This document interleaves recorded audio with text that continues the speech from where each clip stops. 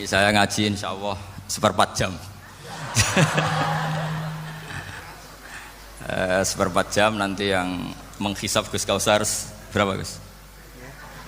10 menit. 10 menit. Begini, sebetulnya saya membela semua umat Islam itu ahlul jannah. Karena saya ini ibarat marketing. Kalau orang Kristiani itu kan setiap orang mati sudah tenang bersama Bapak di surga. Jadi kampanye itu menarik sekali. Sementara kita sudah kiai, sudah imam masjid, sudah ulama, masih saja dikhawatirkan su'ul khotimah. Ini kalau kampanye ini tidak imbang, ini nanti saya takut kalah. Makanya saya bilang pokoknya semua orang mukmin itu ahlul jannah. Karena memang asli hadisnya seperti itu, man qala la ilaha illallah dakhalal jannah. Bahwa kemudian ada beberapa kiai yang mungkin wataknya itu pesimis, kemudian bikin sekian aturan-aturan yang sebetulnya itu cerminan dari pesimisnya. Terus akan-akan masuk surga itu susahnya bukan main. Nah itu saya tidak setuju karena tadi pasti kalah dengan kampanye sebelah yang setiap orang mati dibilang sudah tenang bersama Bapak apa? Di surga. Jadi ini penting. Terus kedua saya bilang agama ini sudah begitu baik. Masa kunci surga sudah dibocorkan miftahul jannah la ilaha illallah. Masa sudah pegang kuncinya nggak jadi masuk surga itu kan aneh. Ya sudah masuk saja, tapi tidak usah minta bantuan saya, masuk aja. Kan sudah pegang kuncinya.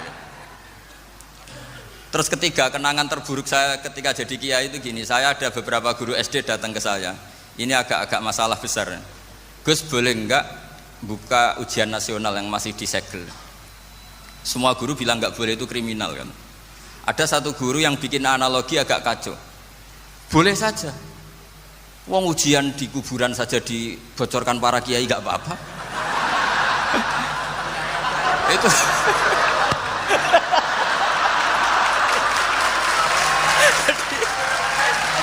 tapi ini kriminal ya. Perhatian kepada kiai, nggak boleh memukul pemateri.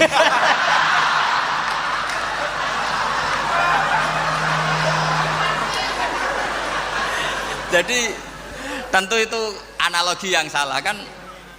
Marrobuka kan, Tuhan kamu siapa, Nabi kamu. Tuhan kamu siapa, Nabi kamu siapa, imam kamu siapa. Ini kan sudah dibocorkan oleh para kiai. Artinya apa? Nak raiso jawab kebablasan gitu. Terus guru ini berpikir kalau ujian akhirat sekrusial itu saja bisa dibocorkan, kenapa ujian nasional tidak boleh? Tentu ini kias yang salah, saya tidak ngajari seperti itu. Tapi saya ngajari ke kalian betapa mudahnya masuk surga. Kunci jawaban sudah dikasih, kunci pintu masuk sudah dikasih. Kok sampai tidak masuk, ini kebablasan. Paling salah gurunya. Jadi ini kenapa saya sering cerita orang mukmin semuanya itu min ahlil jannah, itu saya jamin. Sama tidak usah takut su'ul khotimah, tidak usah takut berlebihan seperti itu. Karena setahu saya, setidaknya saya mewakili ulama zaman ini, rata-rata guru kita ini bermadzhab Syadzili dalam berkeyakinan berpikir tentang Allah. Di antara ini yang mulai saya ngomong serius, supaya tadi kan guyonannya sudah diambil Gus Reza sama Gus Kausar. Saya tahu kenapa mereka guyon, kalau ngomong serius takut kalah sama saya.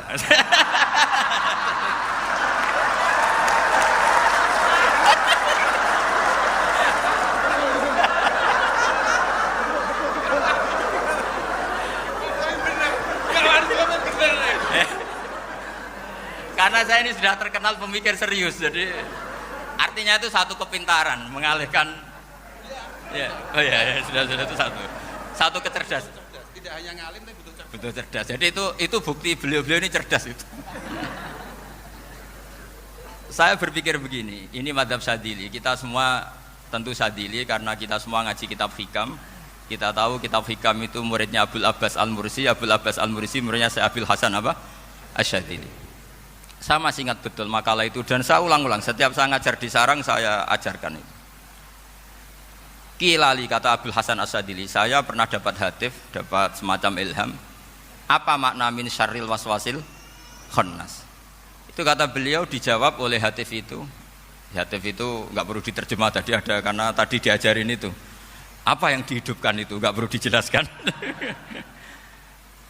Kata hatif tadi, wasfasun yadkhulu bainaka wa baina habibika yunsika altofahu alhasanah wa yudzakiruka af'alaka asyi'ah wa yukassiru indaka dzatas shimal wa yuqallilu indaka dzatal yamin liya'dila bika an husni dzanni billah ila su'idzanni billah. Jadi yang dikatakan waswas adalah kamu digiring untuk hanya ingat sisi-sisi kamu yang negatif, dilupakan bahwa Anda punya sisi-sisi yang positif. Misalnya seperti ini, mungkin secara fikih tadi banser-banser tegas, wah ini masalah lelaki perempuan dipisahkan gini-gini. Tapi kenapa Gus Ali bilang ya sudah gini gak apa-apa. Sebetulnya ada rukhsah itu karena ini di depan umum. Yang paling pantangan Nabi itu la yakhluwanna rajulun bimra'atin. Ini ada yang menjaminnya gitu. Malah khawatir saya di sini dipisah tapi setelah berduaan nggak bisa. Jadi toleransinya karena ini di depan umum itu masih ada toleransinya. La yakhluwanna rajulun bimra'atin. Begitu juga ketika kita dosa, misalnya kita dosa. Orang Islam setiap dosa itu pasti ingat salahnya, kemudian istighfar. Dan ketika satu kebaikan dibandingkan keburukan, itu kata semua ulama, karena sayyi'ah itu bernilai 1, kebaikan bernilai apa? 10. Itu masih surplus berapa? 9. Jadi itu cara berpikir Abu Hasan Asyadzili. Kenapa kamu harus berpikir positif tentang Tuhan? Sekali berpikir tentang negatif, itu bahaya betul. Misalnya begini, kamu berpikir tak rewangi dadi kiai, sujud, rukuk, ternyata aku tetap mlebu neraka. Gunane apa? Itu menurut saya kan enggak punya akal. Sujud itu satu kelaziman menghamba kepada Allah. Normalnya seorang hamba itu ya sujud. Kemudian gara-gara kamu ingin masuk surga, terus logika kamu dibalik. Gunanya apa saya sujud? Ternyata saya masuk neraka. Itu pertanyaan yang benar-benar bodoh dan itu menjadikan Allah benci. Logikanya dibalik begini. Ini saya ngomong serius karena ini bentuk kemenangan saya ini bentuk kemenangan saya. Saya berkali-kali ngomong di kota pelajar di Jogja karena banyak pengujinya juga. Bukan sekedar pendamping tapi penguji. Banyak yang profesor, bukan sekedar dokter, banyak yang profesor. Jadi biar ini dok. Begini, saya pernah ditanya sama seorang dosen, Gus, saya ini ngaji hadis banyak, tapi ada yang saya tidak paham, yaitu mangqala la ilaha illallah dakhalal jannah, ada kalimat wa in zana wa in saraka.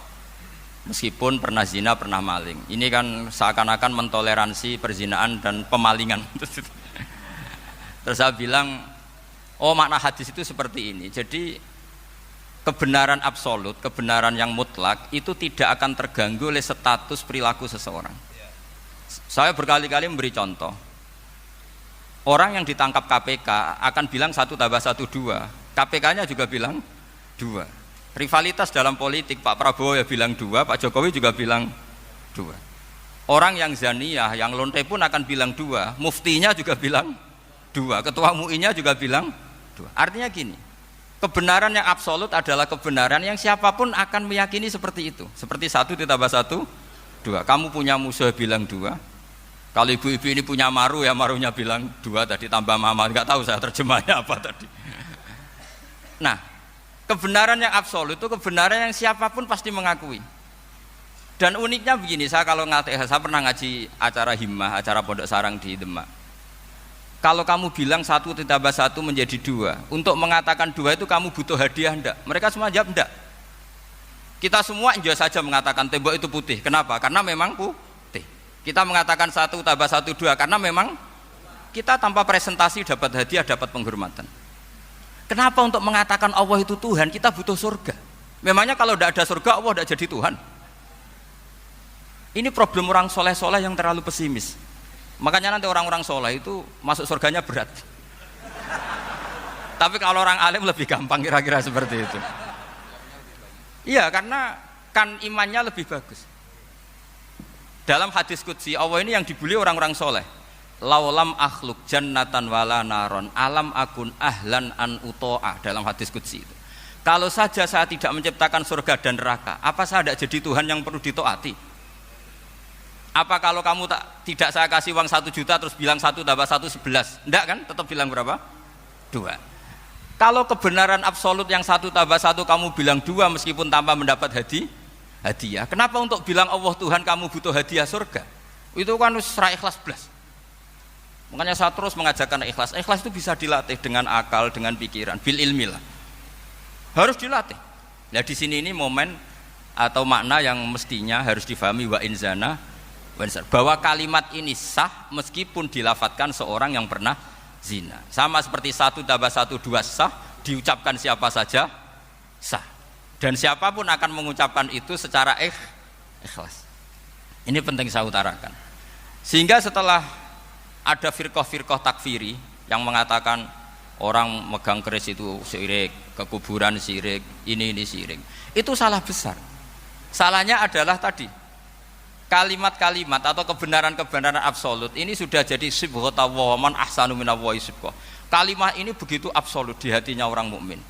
Sehingga ketika terganggu oleh hal-hal yang adat istiadat kayak pegang keris, kayak apa, ini tidak mengganggu. Tetap kualitas iman ini di atas keyakinan adat membawa apa keris. Kalau orang membawa keris menjadi syirik karena percaya sama makhluk. Orang misalnya kejawen kalau nggak bawa keris nggak nyaman. Orang kota itu kalau nggak bawa ATM juga nggak nyaman. Itu tidak dihukumi syirik.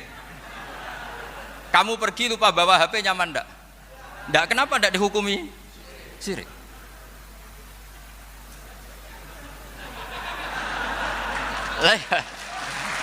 Jadi ini logika.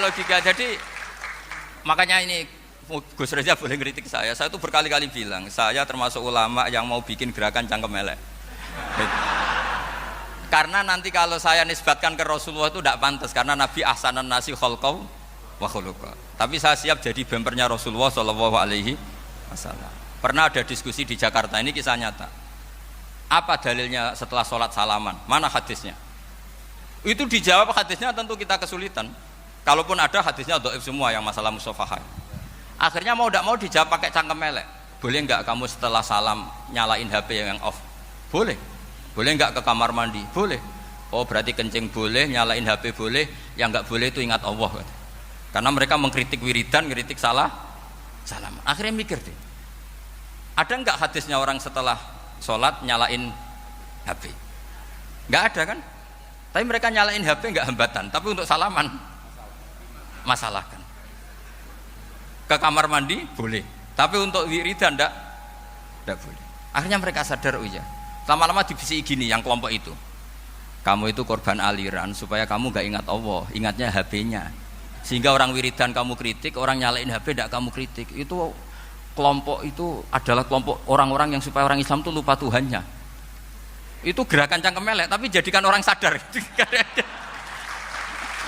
Jadi ini penting. Jadi kalau kamu tidak bisa bela agama dengan jalan yang lurus karena tidak bakat gitu, nggak apa-apa pakai cangkem elek tadi karena nggak mungkin gerakan ini dinisbatkan kepada Rasulullah Shallallahu Alaihi Wasallam.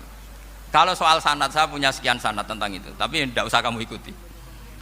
Ada orang tanya, ya Pak Kiai kalau setan dibakar di neraka panasan enggak? Ya panasan. Lo kan setan dari api, ngapain harus panasan? Kan materinya sama. Terus Kak Kiai tadi gak kesulitan, dia ngambil pasir, disawur di wajahnya. Wah sakit Kiai, kamu kan dari tanah, kena tanah kok. Jadi itu ada sekian, artinya gini ya, kalau kesulitan jawab pakai baik-baik ya sudah pakai cangkem elek itu aja kan. Tapi tentu kan gerakan ini tidak mungkin dinisbatkan kepada para nabi. Tapi saya pastikan meskipun nggak bisa dinisbatkan kepada para nabi dari segi cangkem elek tadi, tapi secara semangat itu sama. Saya punya sekian contoh. Benar Gus Riza tadi gojok saya sengawur-ngawurnya itu masih punya sanad. Itu pas saya ngawur pun masih punya apa? Sanad. Nabi Ibrahim itu ketika faja'alahum juzatan illa kabirallahum itu si berhala paling besar dikasih kapak. Ketika mereka geger, ini siapa yang memecahkan berhala-berhala kecil? Kata mereka, sami'na fata yadhkuruhum yuqalu lahu Ibrahim. Ya kira-kira Ibrahim lagi. Terus setelah Ibrahim didatangkan, siapa yang melakukan ini semua? Ini jawaban Nabi Ibrahim, bal fa'alahu kabiruhum hadza. Ya tanya yang bawa pedal, saya kan enggak bawa. Terus kata orang-orang, otak kamu itu di mana? Masa berhala disuruh nanya, kan enggak bisa ngomong. Ibrahim kembalikan, uffil lakum walima ta'buduna min dunillah. Lalu otak kamu di mana? Sudah tahu enggak bisa ngomong kok disembah gitu. Itu ada kata ufin loh. Ufin itu kalau diterjemah kira-kira ya agak-agak jancuk gitu. Kira-kira Ya kira-kira seperti itu. Jadi Sekarang dalile jancuk apa Gus? Bahkan jangan biasa kalau misalnya saya bilang sudah enggak. Gimana? Jancuk itu dari daksu, dak tinggalkanlah suan perkara sing elek. Krono ilate wong Surabaya kakean rawon, akhirnya ngomongnya jancuk.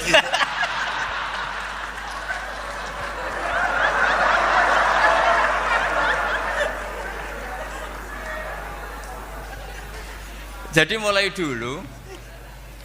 dulu melawan kebatilan itu harus pakai logika yang vulgar.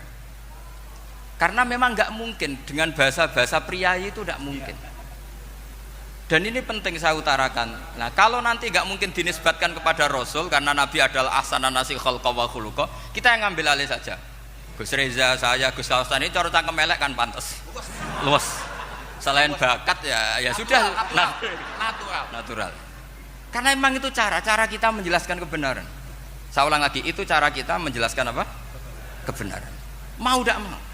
Saya pernah ditanya sama seseorang, Gus, beberapa nabi itu kan poligami. Poligami itu bukti hipersek. Karena yang tanya itu orang nasionalis yang nggak pati senang Islam.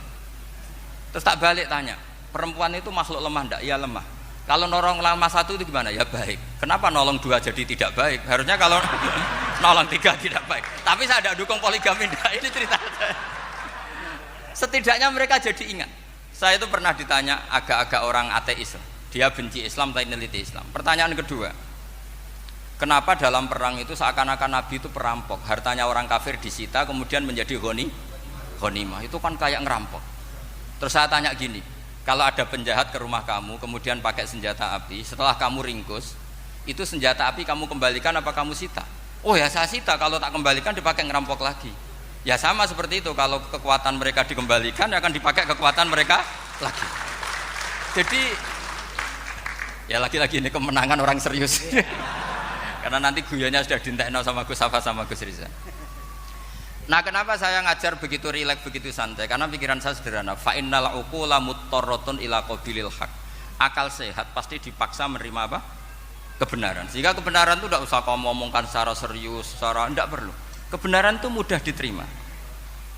Saya itu pernah ngaji berkali-kali di Jogja di mana-mana sampai ada buku seorang dokter nulis tesisnya itu bangga lagi menjadi muslim setelah ngaji saya itu. Karena saya menerangkan itu ringan. Orang Islam itu harus mencintai Allah. Ciri utama cinta itu tidak tegang, rileks. Saya bilang begini, kalau kamu pernah 1 tahun digratisi orang rumah, makanan, kamu kira-kira itu mudah nggak mencintai orang yang berjasa sama kamu minjemin rumah dan kasih makan gratis? Mudah kan? Apalagi kita ini mudah mencintai orang yang minjemin mobil 1 tahun, ngasih rumah 1 tahun, apalagi selamanya. Kenapa kita tidak mudah mencintai Allah yang memberi kita bumi, air, oksigen, semuanya kita dikasih Allah? Akhirnya mereka mikir, wong mencintai seseorang yang ngasih dalam durasi 1 tahun saja mudah, apalagi mencintai Allah yang ngasih kita tanpa batas. Itu disebut walladzina amanu asaddu hubbal lillah. Orang mukmin itu mudah sekali mencintai Allah. Caranya dilatih tadi. Kita mudah mencintai orang yang berjasa sama kita. Kenapa tidak mudah mencintai Allah yang tentu jasanya lebih besar? Nah, karena akhir-akhir ini banyak orang yang terlalu nazir, terlalu kata Nabi kan basyiru walatu nafiru yasiru walatu asiru. Sehingga saya bikin gerakan. Pokoknya semua orang mukmin pasti masuk surga. Nanti soal ada kesalahan-kesalahan kecil yang menjadikan orang su'ul khotimah itu sifatnya kehati-hatian. Jangan menjadi hukum. Hati-hati itu tidak menjadi hukum. Kalau kamu nyupir hati-hati itu bukan berarti pasti kecelakaan, enggak. Hati-hati itu ya hati-hati saja, tidak menjadi hukum. Ini penting saya utarakan karena kubu sebelah kampanyenya sudah tadi, setiap mati mesti tenang bersama Bapak di surga. Sementara kita mau kampanye, kamu sholat tidak mesti diterima, haji tidak mesti diterima, jadi kiai tidak mesti masuk surga. Coba kalau kita kampanye gitu terus, yang mau jadi muslim itu siapa? Jadi ini sudah tak perhitungkan matang-matang, saya milih macam seperti itu. Ya ini saya pikir sudah, ini pembandingnya supaya punya waktu. Saya suka sekali. Nah ini yang sesi terakhir ya, sesi terakhir. Saya akan cerita fikih karena Nyun sewu Gus, ada iklan sebentar dari ibu-ibu, pentolan mic kurang dekat ke mulutnya Gus Baha. Sehingga suaranya tidak terdengar sampai ke belakang. Oh, gitu, pentolannya didekatkan Gus oh, ke mulut. Ini kalau ngomong konotasinya itu mesti nyerempet. Sudah apa ya? Sudah ahlinya di situ. Ya malah ada di situ.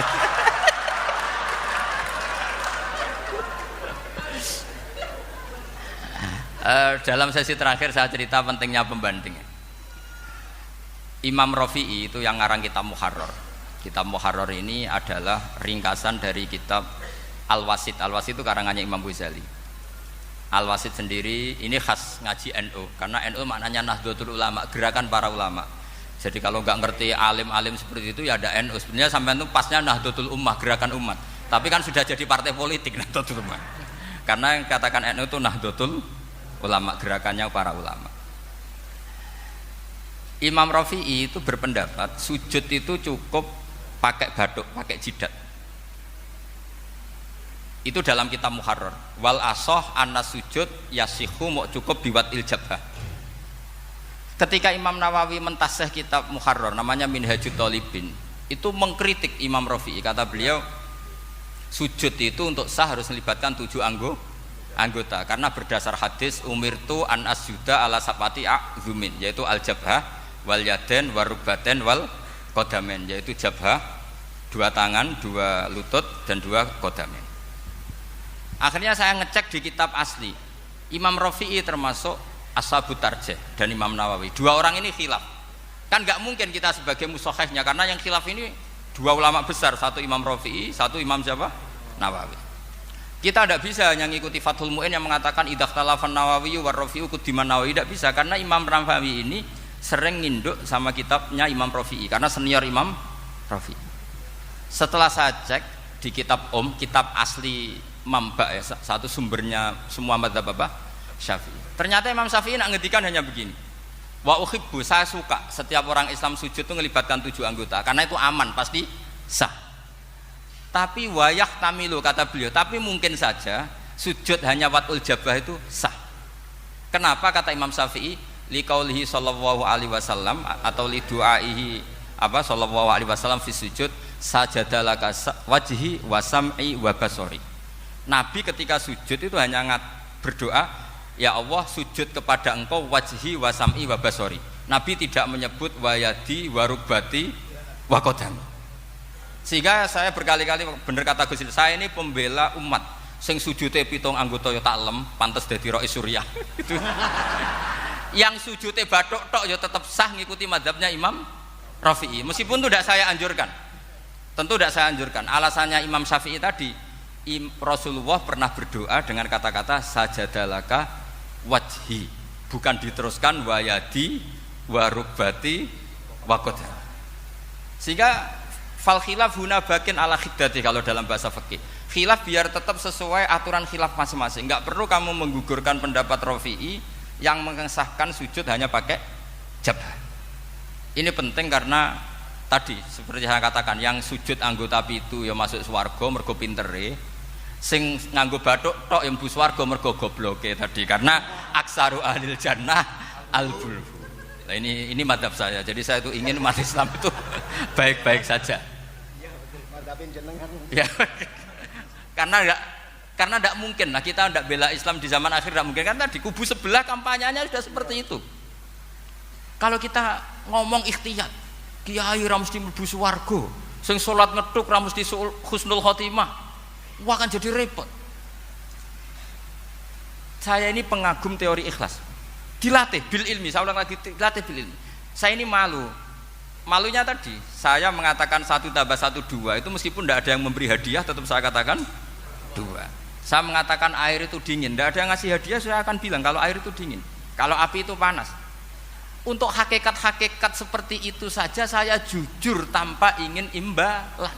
Tapi ketika hakikat mengenai Allah kok saya minta imbalan surga dan neraka, ini apa-apaan? Kira-kira gitulah, Rais Suriah macam apa gitu.